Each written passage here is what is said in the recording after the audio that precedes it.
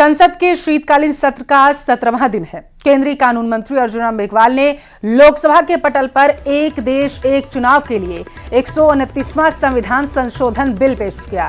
एक देश एक चुनाव बिल पेश होने के बाद सांसदों को इस पर बोलने का समय दिया गया। कई पार्टियों की आपत्ति के बाद बिल को दोबारा पेश करने को लेकर इलेक्ट्रॉनिक वोटिंग की गई। बिल के पक्ष में 269 और विरोध में 198 वोट पड़े।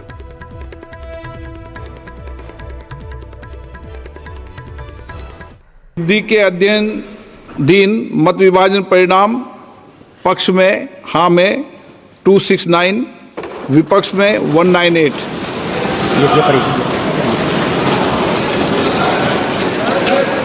बहुमत के पक्ष में मतदान हुआ। बहुमत प्रस्ताव के पक्ष में हाँ। और इस बिल के पेश होने के बाद कांग्रेस ने अपना विरोध भी जताया। ओवैसी ने भी इस बिल पर अपना पक्ष रखा और कहा कि यह बिल असंवैधानिक है।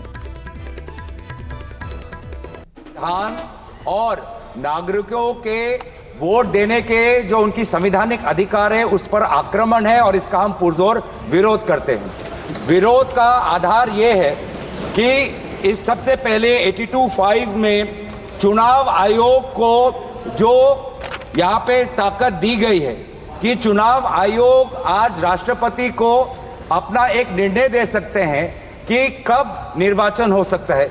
ये कभी भी इससे पहले चुनाव आयोग की ऐसी ताकत भारत के संविधान के निर्माताओं ने नहीं बनाया है।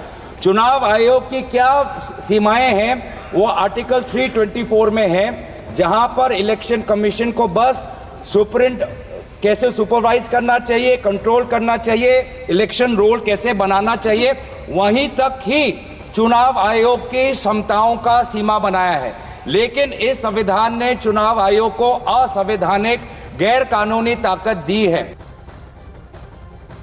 This bill violates the right to democratic self-government, which is part of Article 14(19). And if a legislative assembly is dissolved, sir, and midterm elections are conducted, the tenure of that assembly will not be for 5 years, sir. This in itself is a violation of parliamentary democracy, which envisages a tenured legislature.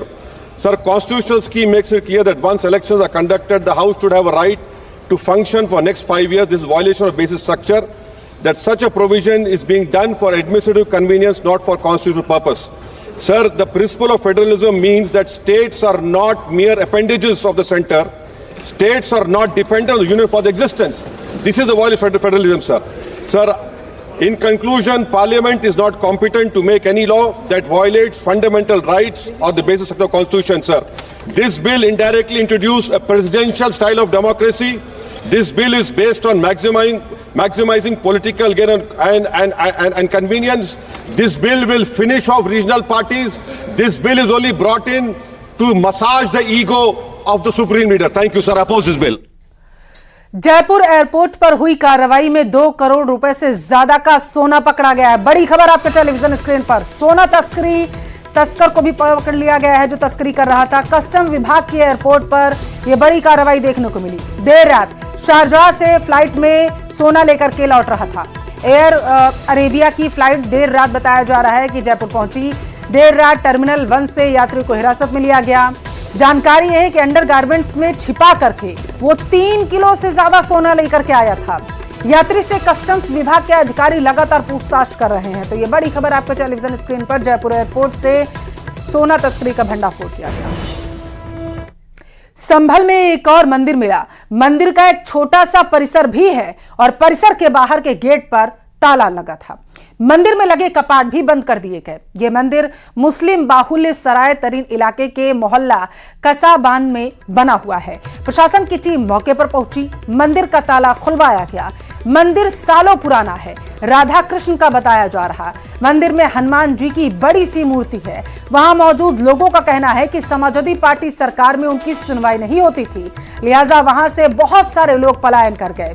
दावा किया जा रहा है कि 200 से ज्यादा परिवार वहां से पलायन कर चुके थे।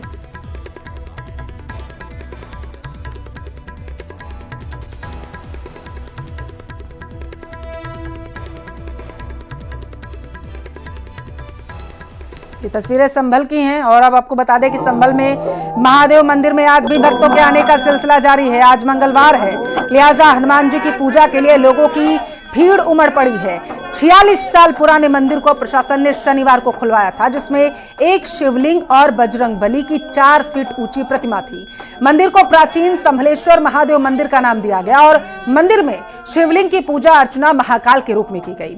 उज्जैन के महाकाल की तरह ही शिवलिंग का श्रृंगार किया गया। मंदिर में एक पुजारी की नियुक्ति भी कर दी गई है ताकि हर रोज वहां पर पूजा की जा सके। वहीं संभल में कुछ और कुएं मिले जिनको साफ करवाया जा रहा, साथ ही पास के निर्माण को जो अवैध था उसे भी बताया जा रहा है, उस पर एक्शन लिया जा रहा है, कार्रवाई की जाएगी। तो ये बड़ी खबर आपके टेलीविजन स्क्रीन पर है और ये 8 तस्वीरों में आप देख सकते हैं कि किस तरीके से आज मंगलवार के दिन वहां पर भव्य तरीके से पूजन अर्चन किया जा रहा है। अवैध अतिक्रमण को भी चिन्हित किया जा रहा है, एक्शन लिया जा रहा है, धराशायी किया जा रहा है और जो कुएं मिले हैं मंदिर के पास उन्हें साफ करवाया जा रहा है। और इन्हीं हालातों के बीच न्यूज़ 18 की टीम एक बार फिर से संभल के हालात को समझने के लिए पहुंची। यहां हमारी मुलाकात कुछ ऐसे लोगों से हुई जिन्होंने संभल में हिंदुओं के साथ हुए अपराध की सन्न कर देने वाली कहानी सुनाई। दावा किया जाता है कि संभल की उसी भयानक कहानी की वजह से जिले में हिंदुओं की आबादी सिर्फ अब कुछ फीसदी बची है। देखिए रिपोर्ट में।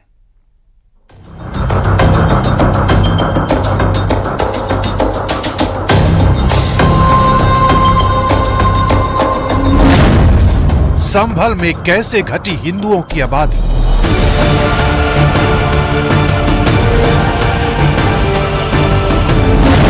संभल में कैसे 20% बचे हिंदू।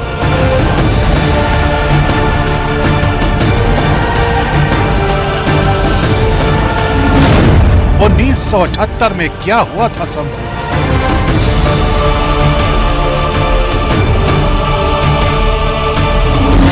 क्यों कराह रहे हैं संभल के हिंदू। ये संभल है जहां अब संगीनों का साया रहता है 24 घंटे दिन रात।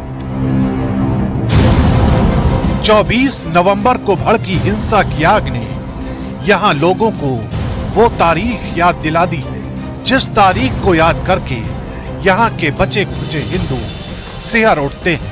लेकिन क्यों, यही समझने के लिए हम जा पहुंचे संभल।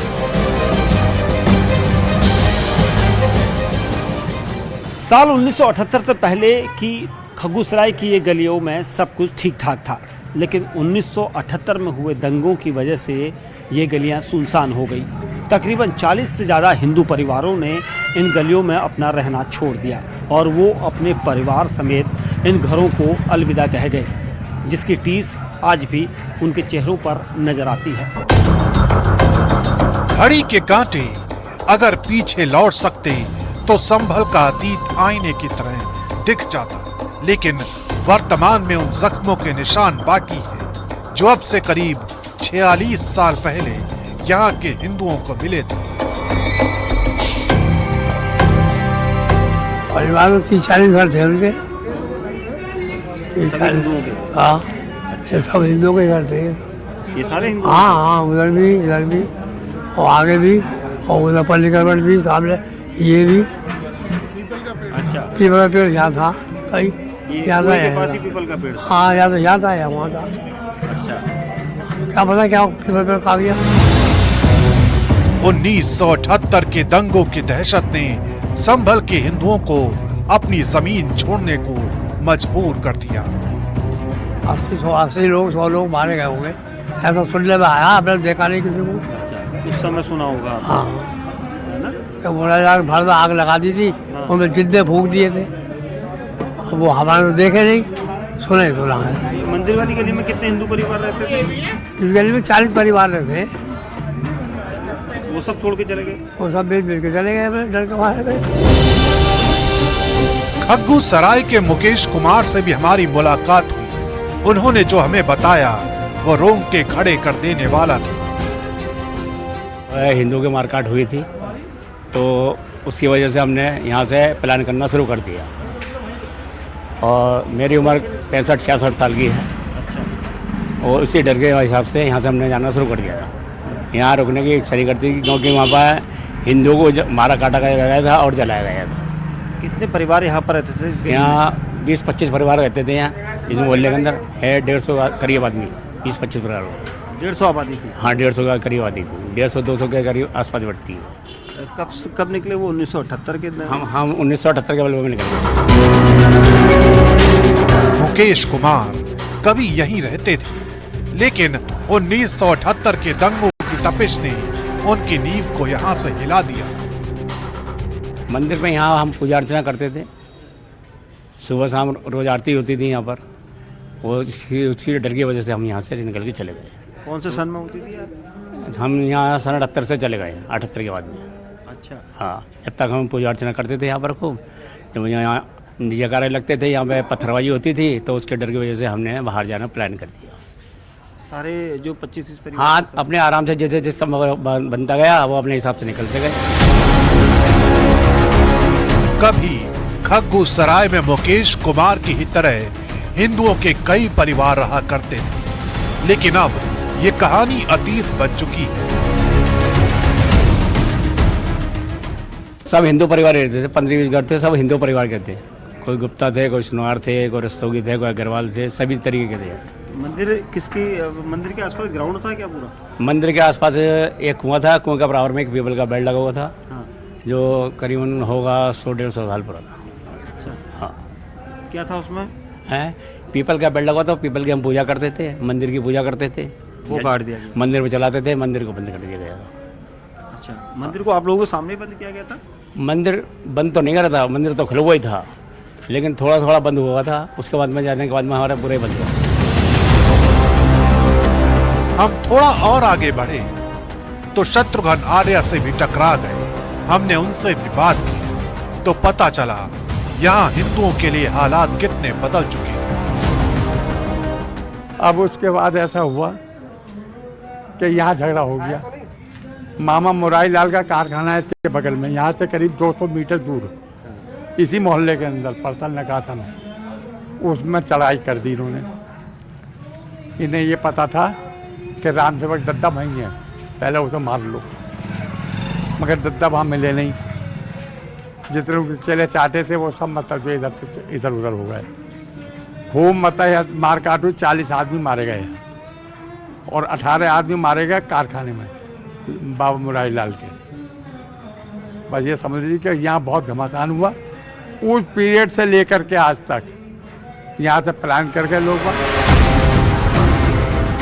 उन दंगों ने यहाँ सब कुछ बदल दिया, इस हद तक कि जिनका अपना यहाँ कुछ बाकी था वो बस यादों का हिस्सा है। और ये मंदिर पे, धर्मशाला पे, मकानों पे किसी ने अगर मतलब औने पौने में बेच दिया तो दे दिया, न जबरदस्ती कब्जा कर लिया।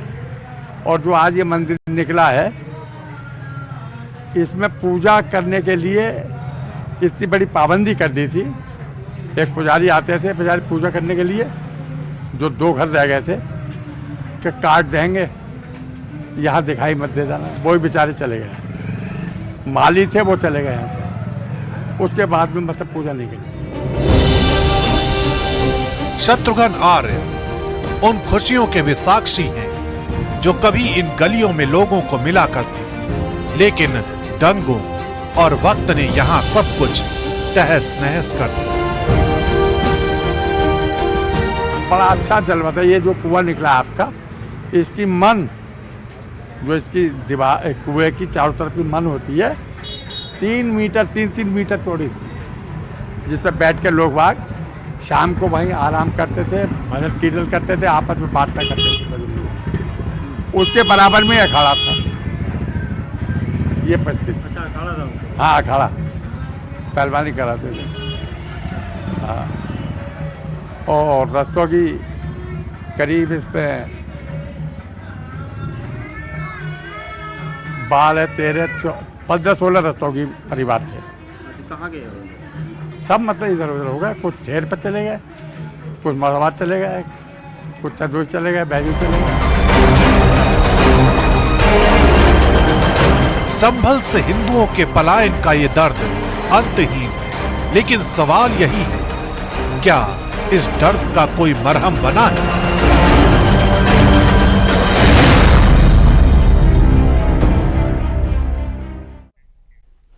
मेरठ में गंजे सिर पर बाल उगाने की दवा लेने के लिए भीड़ इकट्ठा हो गई। सिर से गायब होते बालों को झड़ने से रोकने के लिए हर जतन कर चुके लोग लाइन में लगकर खड़े हुए दिखाई दिए। बाल उगाने का दावा करने वाले 20 रुपए दवा सिर पर लगाने और 300 रुपए की तेल की शीशी बेच रहा था, लेकिन किसी को खबर नहीं थी कि जो दवा लगा रहे हैं वो खुद गंजे हैं। देखिए रिपोर्ट। मेरे बिछड़े बालों तुम पे मैं कुर्बान, जुल्म के पंजों में हूँ मैं भी अब गंजों में हूँ, सिर हुआ वीरान। जिस गाने के बोल को आपने सुना, इसे अभिनेता अनुपम खेर ने साल 2022 में सोशल मीडिया पर अपलोड किया था। अब आप सोच रहे होंगे कि इस गाने से जो तस्वीर हम आपको दिखा रहे हैं इससे क्या संबंध है, तो माजरा ही कुछ ऐसा है जो हमें इस गाने को दोबारा सुनाना पड़ा। जो तस्वीर आप देख रहे हैं, दरअसल ये बालों के दर्द वाले लोग हैं जो सिर के बाल खोने के बाद लाइन में लगे हैं। इनकी ख्वाहिश है कैसे भी सिर पर बाल उग जाए। भीड़ से अंदाजा लगाया जा सकता है कि गंजेपन के शिकार लोग कितनी दूर दूर से आए हैं और बालों को उगाने की दवा लगवा रहे हैं। लेकिन इसमें भी एक लोचा है जो किसी को नहीं दिख रहा है। जो डॉक्टर लोगों के सिर में दवा लगा रहे हैं उनके खुद के बाल नहीं हैं। लेकिन इतनी बड़ी भीड़ में इस तस्वीर पर किसी की नजर नहीं पड़ी। दिल्ली से आए बाल उगाने वाले स्पेशलिस्ट क्या कह रहे हैं, सुनिए। ये बालों की दवाई लग रही है मेरे भाई, शिफा की दवाई है।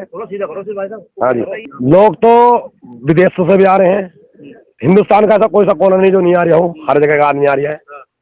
आराम की बात मैं तुम अपने मुंह से तारीफ नहीं कर रहा, बंदे बता देंगे अपना जो लगवाने वाले दवाई। छत पर पूरा ट्रीटमेंट चल रहा है, सीढ़ियों से एंट्री हो रही है। हर शख्स से 20-20 रुपए लिए जा रहे हैं, यानी सिर्फ 20 रुपए में बाल उगाने की बात की जा रही है। 300 रुपए में बोतल दी जा रही है। ये खबर जैसे ही फैली कि सिर पर सिर्फ 20 रुपए में बाल उगेंगे, तस्वीर क्या है आप खुद ही देख सकते हैं। मेरठ के लिसाड़ी गेट के समर गार्डन में बाल उगाने की दवा लगवाने के लिए गंजे लोगों की भीड़ इस तरह उमड़ी कि सड़क पर जाम लग गया। भीड़ इतनी हो गई कि लोगों को टोकन देकर लाइन में खड़ा कराया गया। दावा किया जाता है कि इस दवाई को लगाने के बाद सिर पर बाल आ जाएंगे। हालांकि इस खबर से प्रशासन बेखबर रहा। ये यहाँ पे दवाई लगाने आए मेरठ में, मैं यहाँ से इनसे मिलने आया, इन्होंने मुझसे कहा भाई यहाँ व्यवस्था खराब हो रही है, हम रोटी भी नहीं खा पा रहे, यहाँ भीड़ इकट्ठी हो रही, क्योंकि अगर भीड़ काबू में नहीं आती तो हम वापस चले जाएंगे। ये अपने भैया बालों की दवाई लगा रहे हैं, बाल आ रहे हैं लोगों के। कहाँ से आए लोग दवाई लगाने वाले? ये दिल्ली से आए। शौकत बैंकेट हॉल में बिजनौर के रहने वाले सलमान और अनीस साथियों के साथ दवा लगाने के लिए रविवार को पहुंचे थे। सलमान पहले से दिल्ली के मंडोला में सिर पर बाल उगाने की दवाई लगाते हैं। सलमान मेरठ में रविवार को दवाई लगाने अपनी टीम के साथ पहुंचे, लेकिन ध्यान देने की बात यहाँ ये है कि जो सिर पर दवाई लगा रहे हैं और बाल उगाने का दावा कर रहे हैं, उनके सिर पर खुद ही बाल नहीं है। Bureau report, news 18। सूना ये सर कर गए तुम तो कब के झड़ गए, रह गए दो कान। आ